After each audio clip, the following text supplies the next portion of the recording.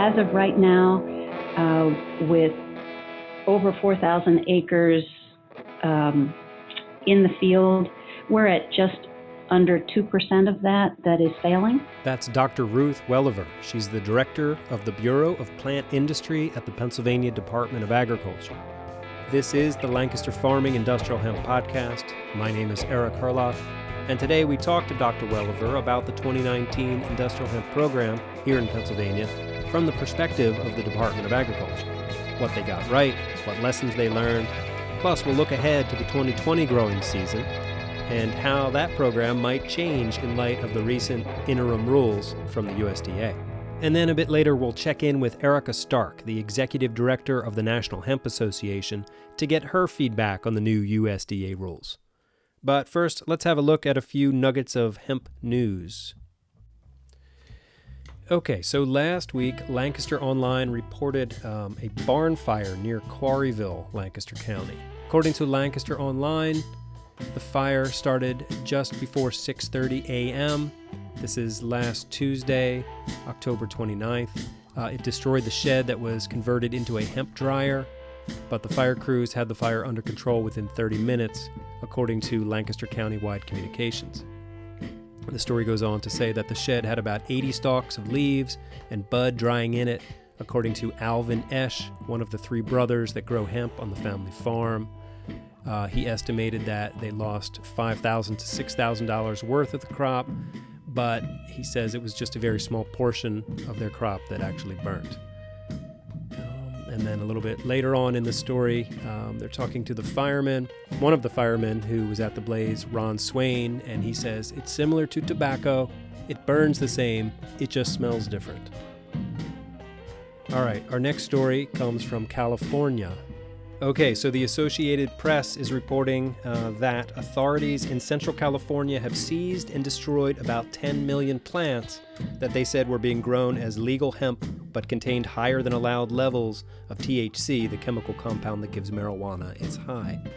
The Kern County Sheriff's Office said it served search warrants at several fields totaling 459 acres in the Arvin area on October 25th as part of a joint investigation with the FBI and California Department of Fish and Wildlife, the Bakersfield Californian reported.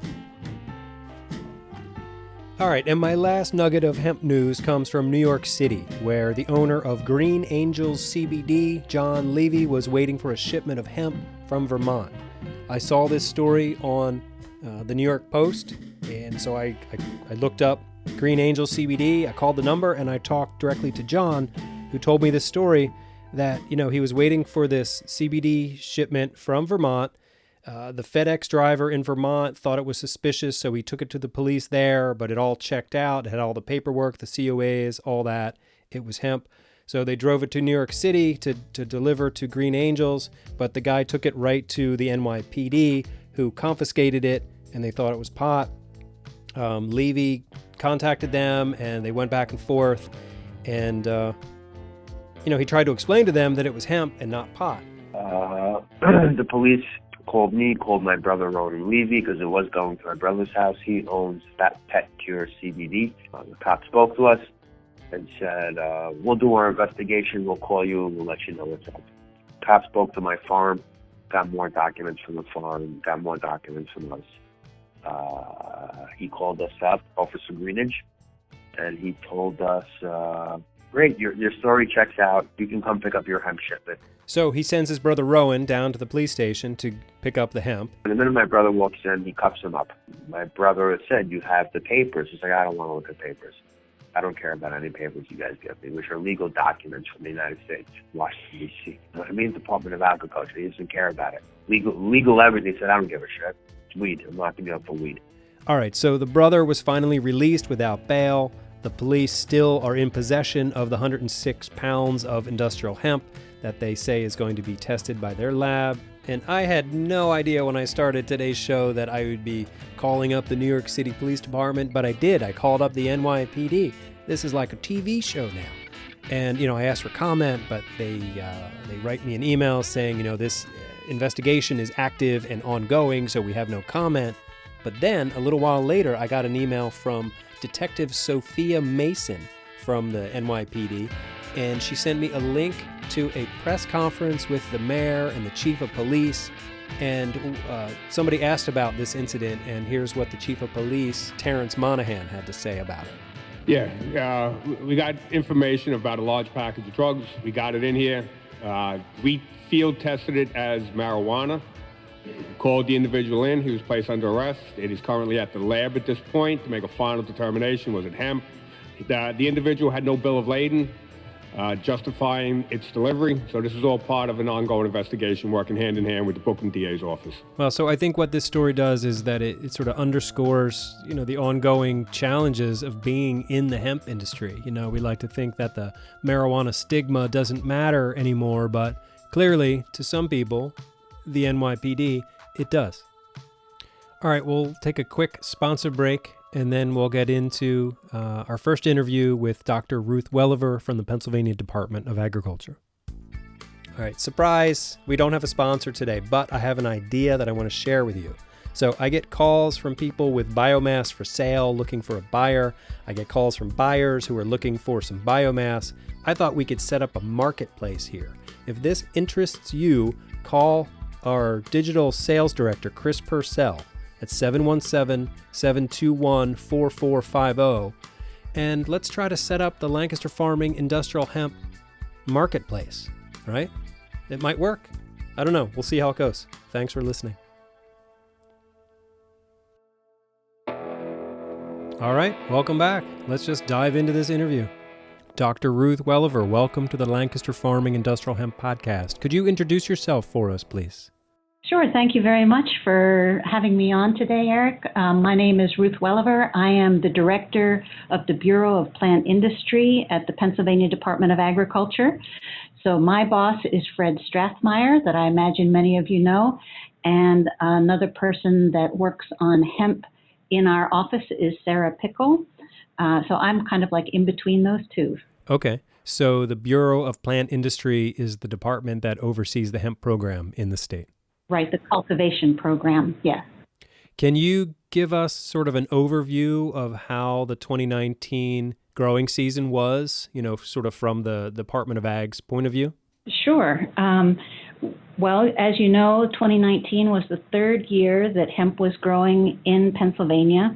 And each of those 3 years, we've had some changes to the program since we are learning, just as the hemp growers are learning about this new crop and about the permit requirements and trying to interpret federal and state laws. So this is our third year. Each year it has grown considerably. This was the first year that we removed any caps on numbers of permits that we would issue or on numbers of acres that people were able to grow. So we received 324, we finalized 324 permits that encompassed over 800 growing locations in 60 counties throughout the state.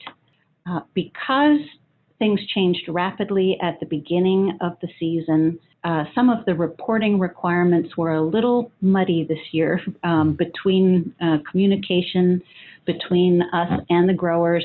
So of those permits and those growing locations, some were never planted, and we don't have our final tallies on that yet. But we know that there were, we've had reported over 4,000 outdoor acres in Pennsylvania. Can you talk about some of the successes? What did PDA get right this year? One thing that we got right was Sarah Pickle. She has been sort of the face and the voice of hemp for Pennsylvania and has worked really hard with a lot of growers and a lot of permittees to try and smooth the way in a very bumpy ride this year. Some because they were learning how to grow hemp, and some because we were learning how to do the regulatory piece. But she did a great job of that. We were delighted. This is not just within our bureau. The Pennsylvania Hemp Summit that happened this year, Lancaster Farming had a major role in that summit. Yeah, we were there.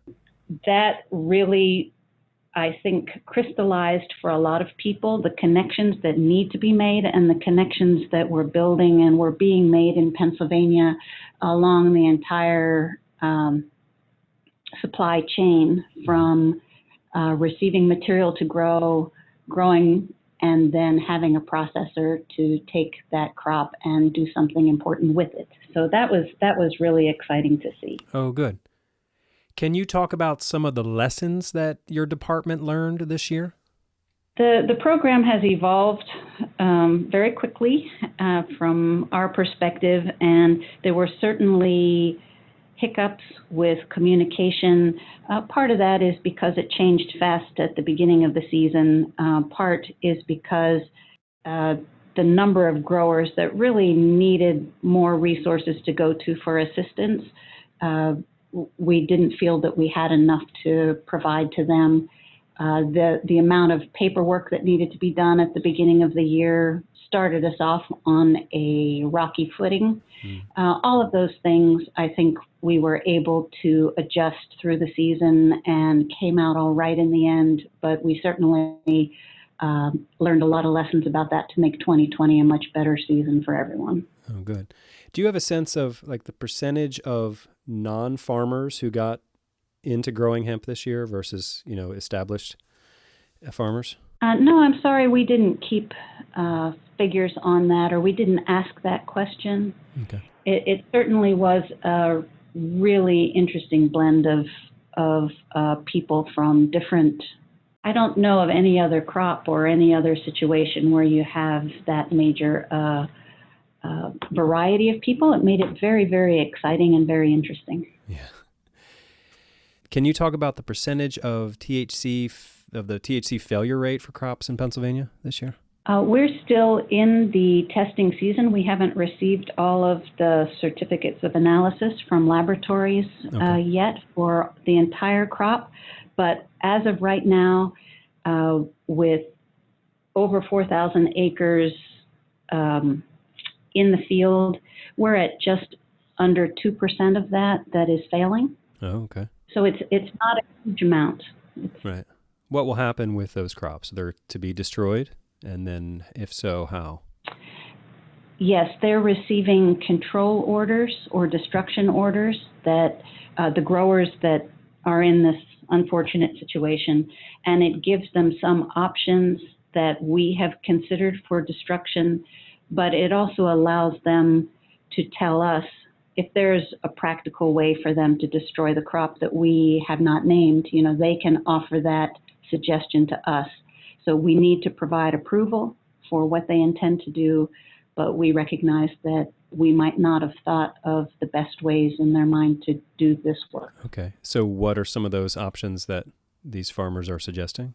Well, the ones that we suggest are basically, if it's still in the field, it can be plowed under. Organic material can be added to it to render it basically unusable, unharvestable. Some of burning, some of those types of things. How many new permits do you expect for next season?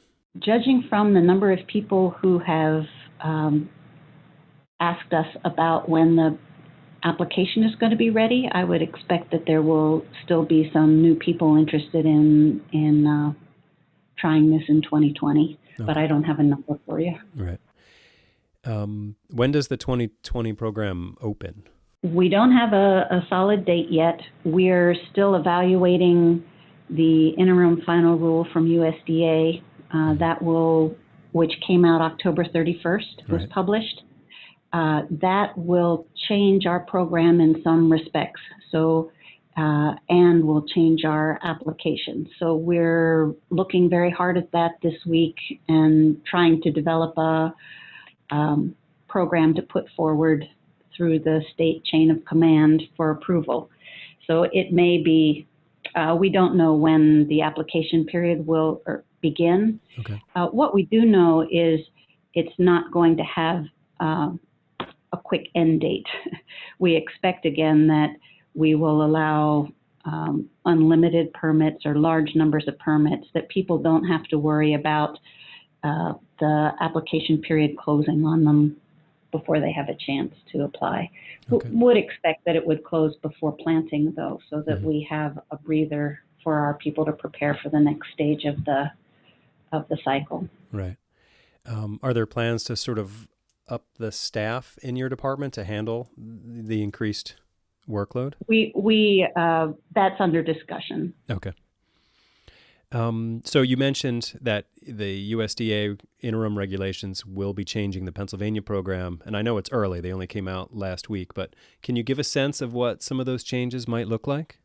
There are several that I know for sure will stay the same, that people might be questioning, and some that will change.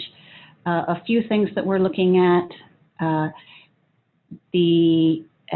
as we read it right now, the USDA is requiring that every sample that is taken for THC testing must be taken by an official sampler. So someone from the Department of Agriculture or an independent, at least, person.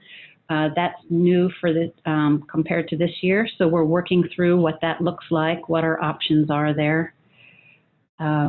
Laboratories must be DEA registered, and that is basically showing that if a test comes out over 0.3% THC, that sample that they're holding is marijuana now, right? It isn't hemp. So they have to have a procedure to recognize and destroy appropriately to DEA specifications, that material.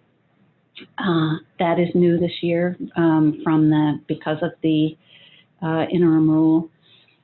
And we're still trying to figure out exactly for the destruction of hemp, if it is over 0.3% THC. We've always assumed that was our job to issue a control order or destruction order and to oversee that destruction and approve that destruction.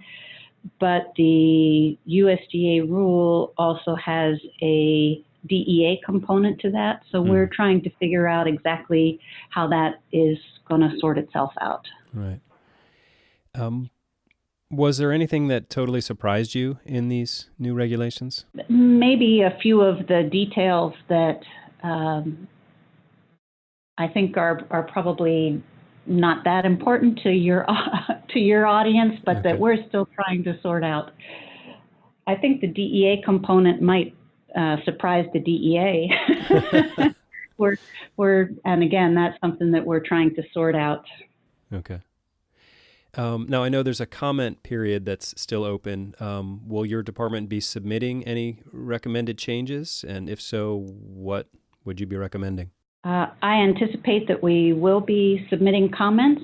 Comments are useful to the federal folks, whether they are comments in support of something they've done there or requests for them to consider changes. So we might have a little bit of both of those. I don't know.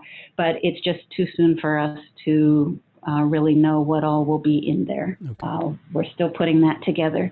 Right. I would say that my understanding is that those comments are for the final rule, which doesn't take all right, that's in 2 years. In 2020. So yeah, I'm expecting that we are going to try to meet this interim rule requirements for the 2020 season.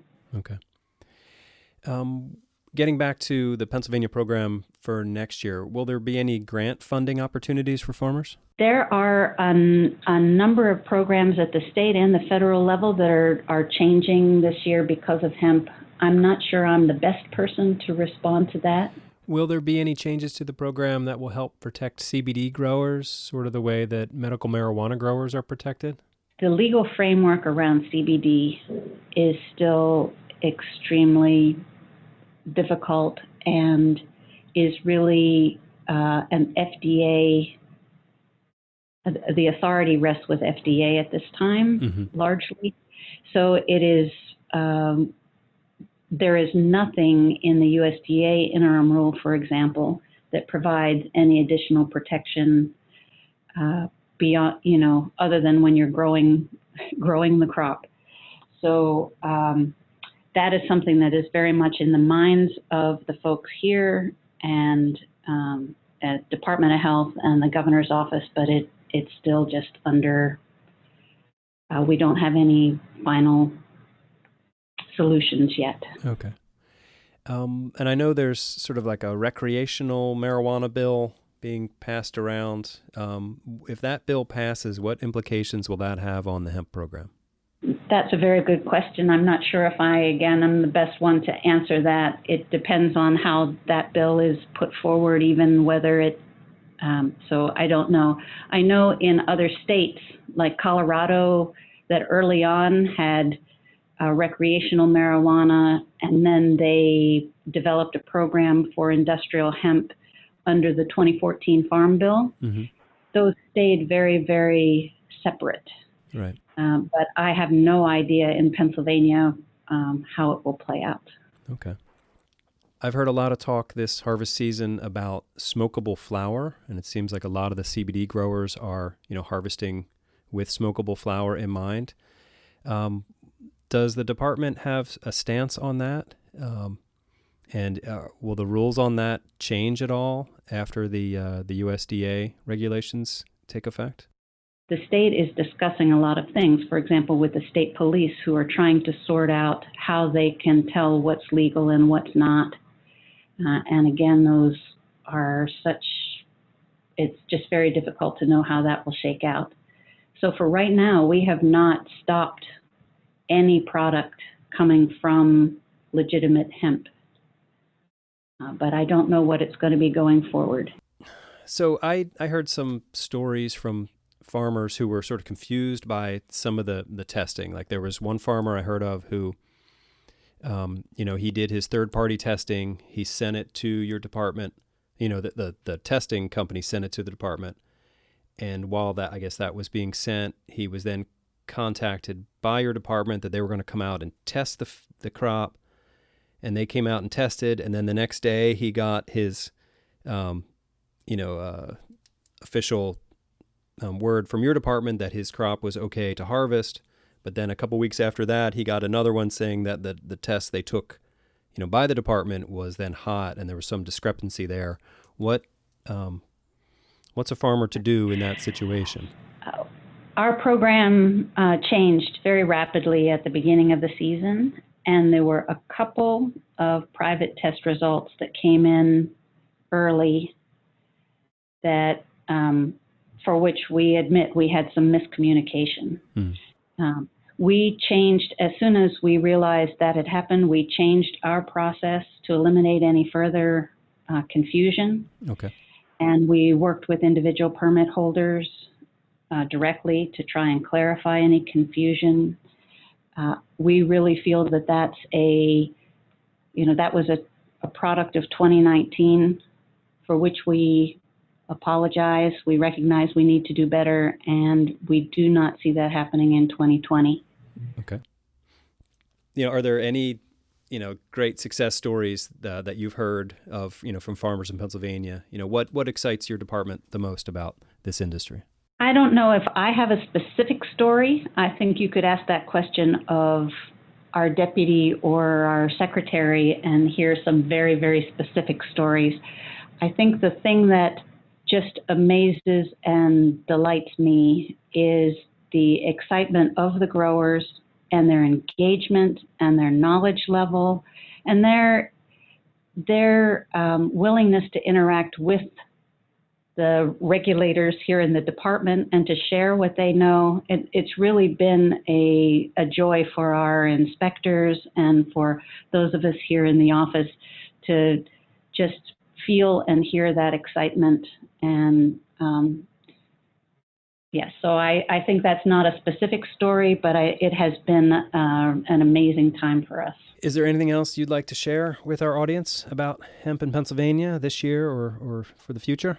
I would just say we don't know when the application process will open up for permits for 2020. That's always later than we hope, but we know it will open up. We know that the process will have some similarities, some differences from previous years, but if people are chomping at the bit to be planting hemp in 2020, there are many things they can do before the permit season opens up.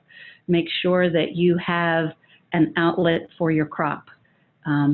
Check in with processors. Make sure there's some place that your crop is going. Make sure you have a really solid, good source for your seed or for your plants that you're going to begin with. The permit is the easy step in the middle, but those are very difficult. So those are things that you can be working on now, even before the application period opens. Oh, that's good advice. Will the fee be the same? Will it still be $600? The fees haven't been determined yet. Okay. If you have a permit from 2019, do you have to reapply for a 2020 permit? Yes. At this time, there's an annual renewal. Okay. And that you have to pay that same fee? Well, the fees aren't determined yet. Oh, right. Okay. Well, Dr. Ruth Welliver, thank you for your time this morning. Thank you. So I had asked Dr. Welliver about any grant money available for farmers, and she thought she wasn't the right person to talk about that. So we're going to hear now from Shannon Powers, the press secretary for the Department of Agriculture. Shannon Powers, welcome back to our podcast. I had asked Dr. Welliver about any grant funding opportunities for farmers, and you do have a little further information on that. Can you bring us up to speed on that? Yes, the Pennsylvania Farm Bill, not the federal Farm Bill, but the state Farm Bill, created a lot of new opportunities for farmers to, particularly places where there were great opportunities. We wanted to enhance those opportunities for growers. And one of them is a brand new specialty crop block grant program on the state level. This is to kind of enhance the federal grants. It is not a grant opportunity for individual farmers, but something that enhances the market overall and the competitiveness of a specific crop. And hemp is one of those crops which we designated as high priority because of growth potential, which, we're going from zero to something, right, something undetermined yet. So the potential for growth is great there with hemp. The application period is open right now, and through December 2nd.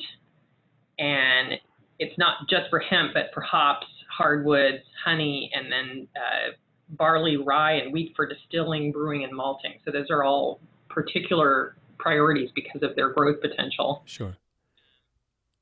So you said these aren't for farmers, but they're for processors? They aren't necessarily for farmers.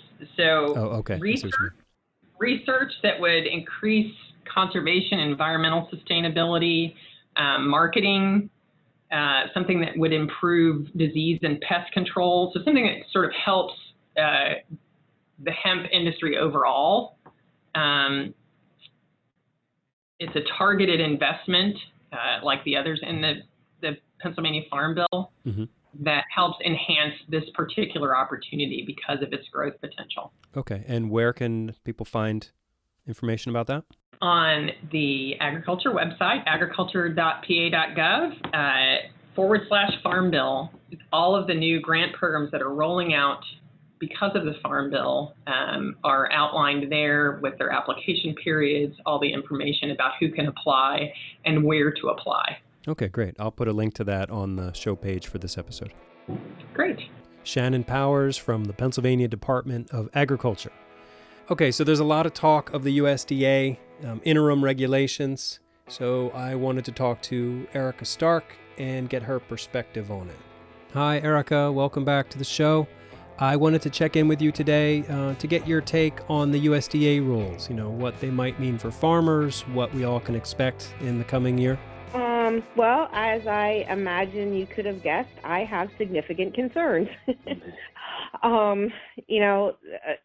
Certainly a few high-level issues of primary concern are obviously the THC testing protocols.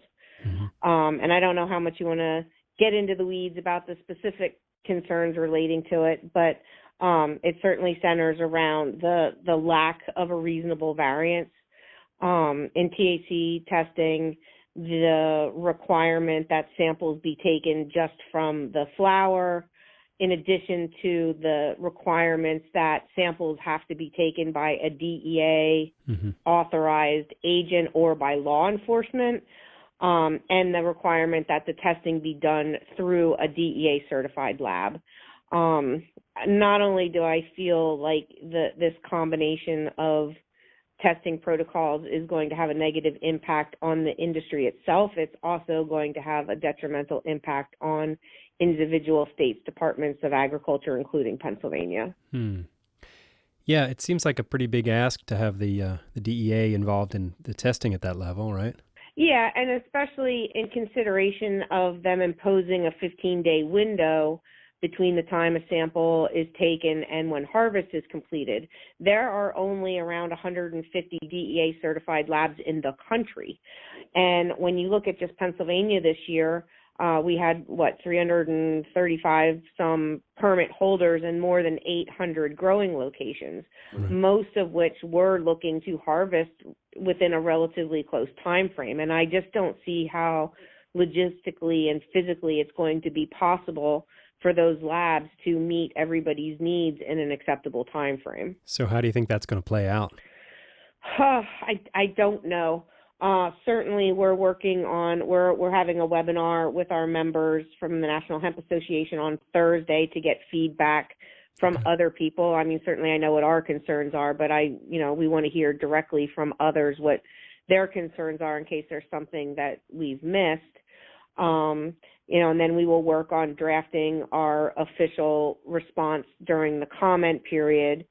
So in addition, we've also been in close contact with the Senate Ag Committee on both sides of the aisle. We've been reached out to by the Small Business Association so we can help them understand the issues because they intend to craft their own direct response. And from everything I'm hearing on the Hill and from law enforcement and stakeholders, there's really not too many people who are very happy about what they've come up with. Do you think this was sort of by design to shut down the CBD industry or to clamp down on the Wild West nature of it? Well, it's hard to say what motivations are, but to me, when I look at this from the bird's eye view, it just seems to be extraordinarily heavily impacted and influenced by the DEA. A lack of willingness for them to relinquish control.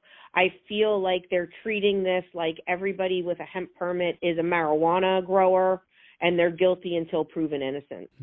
And that is very discouraging for me. The real world impacts are going to be detrimental, I believe, not only in the lack of wiggle room in the THC compliance testing portion of it, the logistics of the testing requirements, but also the fact that they're considering 0.5 to be negligent.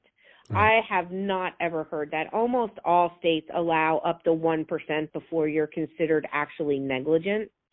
And, so part of this new interim final rule indicates that if you have 3, quote, negligent violations in a 5-year period, that you will be suspended from even holding a hemp license.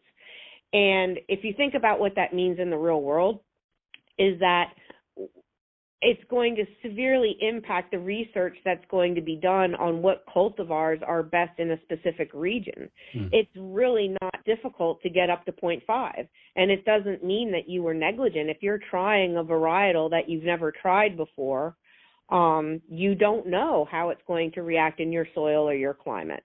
So the dampening effect that it's going to have in even research going on to discover which varietals are best suited for a specific location is concerning in and of itself, let alone the real world impacts for farmers and the industry as a whole.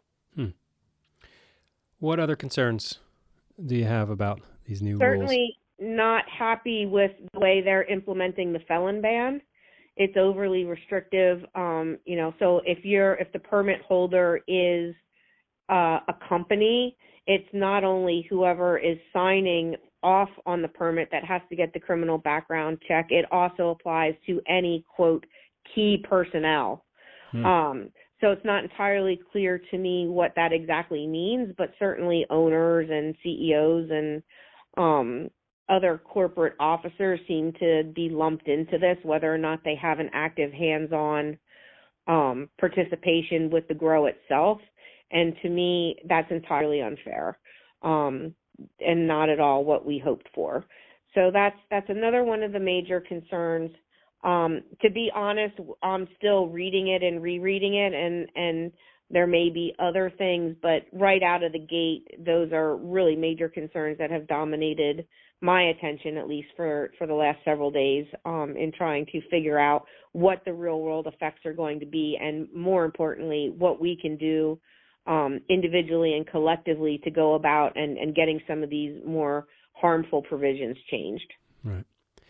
Now, this might be an unrelated question, but what is it about THC that has everyone so freaked out? Like, why does the government or law enforcement not want THC? I wish I had the answer to that. I suspect it still has its roots in reefer madness, and like somewhere somehow somebody might get high. I don't know.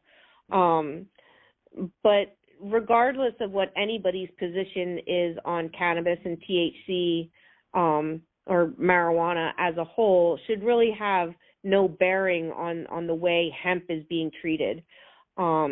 Even by any reasonable standards, for something to even be considered low-grade marijuana, you would be looking at 4 to 5% THC content.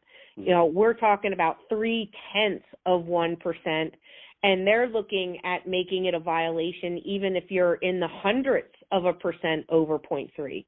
So if after you factor in the measurement of uncertainty, if you come in at 0.32, they're going to destroy your crop, and that is absolutely insane. And all I can think of is that this is primarily from the DEA and then their unwillingness to let go of their control of, quote, marijuana. But this is the United States of America, and you're supposed to be innocent until proven guilty. And every approach they're taking in these regulations make me feel like they're making hemp producers feel like criminals until they're proven not to be. That's a good point. It's very frustrating. And the only really positive thing that I can say I found thus far in my combing through this document is they did provide clarity for Autoflower. So there is a section in the rules that specifically says that cannabis indica and cannabis ruderalis are subspecies of cannabis sativa. Okay. I'm not sure if that's scientifically correct or not, but that's what they're saying. So most autoflowers are ruderalis, so at least there's no, they did remove the legal ambiguity around autoflower. So I tried to find something positive, so it wasn't all doom and gloom. But that's all I came up with so far. I think that's something, and we'll take it. All right. Great. Well, thank you for your input on that. Oh, my pleasure. The fight is yet to come. It will be interesting to see how the industry responds, but I just fear that there's going to be a whole lot of people who are negatively impacted on this. And there's also going to be a lot of farmers that are going to abandon their plans for growing CBD and going to look to cultivate other cannabinoids such as CBG. And while I'm very supportive of that idea and I think it's great, it's also going to open up a whole nother can of worms because nobody knows how FDA is going to handle the addition of other cannabinoids outside of CBD becoming readily available and hitting the market. You mentioned the webinar. That's at the National Hemp Association website? Yes. But it's only available for members? Yes, at this point, yes. Okay, so you'd want to encourage membership? We want to encourage membership, and we also want to encourage participation. Now, certainly what our final document is going to be, we will make publicly available. But it's just more so, it's not that we don't want to hear from everybody, even if you're not a member, but logistically speaking, we already have well over 100 people registered, and at some point, we won't be able to manage too many people. We want to give everybody as equal a playing field and platform as we can. So also, if you're not a member and you still would like to provide your input, I would welcome anybody emailing me at erica@nationalhempassociation.org and providing us your feedback, positive, negative, and concerns to us, and we will be sure to take them into consideration as we draft our official response, which we will certainly make available to everybody on our website once it's completed. Okie doke. Erica Stark, National Hemp Association. Thank you. Thanks for having me. All right, so that's Erica Stark from the National Hemp Association. You can learn more about their webinar series and membership at nationalhempassociation.org. So that does it for today's show. My name is Eric Herlock, digital editor at Lancaster Farming. Today's been a crazy day for me. Usually I've gotten this whole thing finished, produced, and out the door and published by now, but here it is, 4:30 on Wednesday, and I'm still making it. It was a big day, big exciting day, lots of calls with New York City, and I even got a call from the New York Times today. What? Yeah, more on that later. Anyway, thank you for listening. If you have questions or comments, email me, podcast@lancasterfarming.com. I've gotten lots of great emails lately. If you've emailed me and I haven't returned the email yet, I'm working on it. So thank you all so much. And until next time, I'll see you in the newspaper.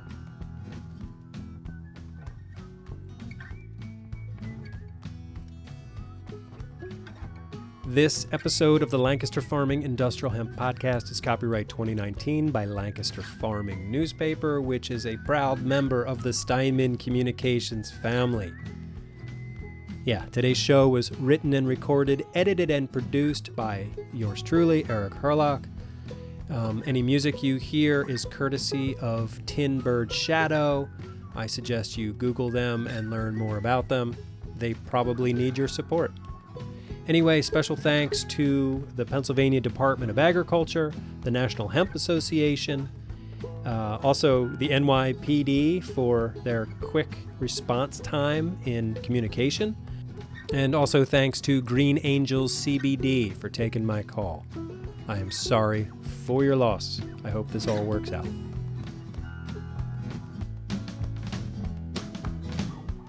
Did I mention Tin Bird Shadow? Yeah, Google them. Bye, everybody.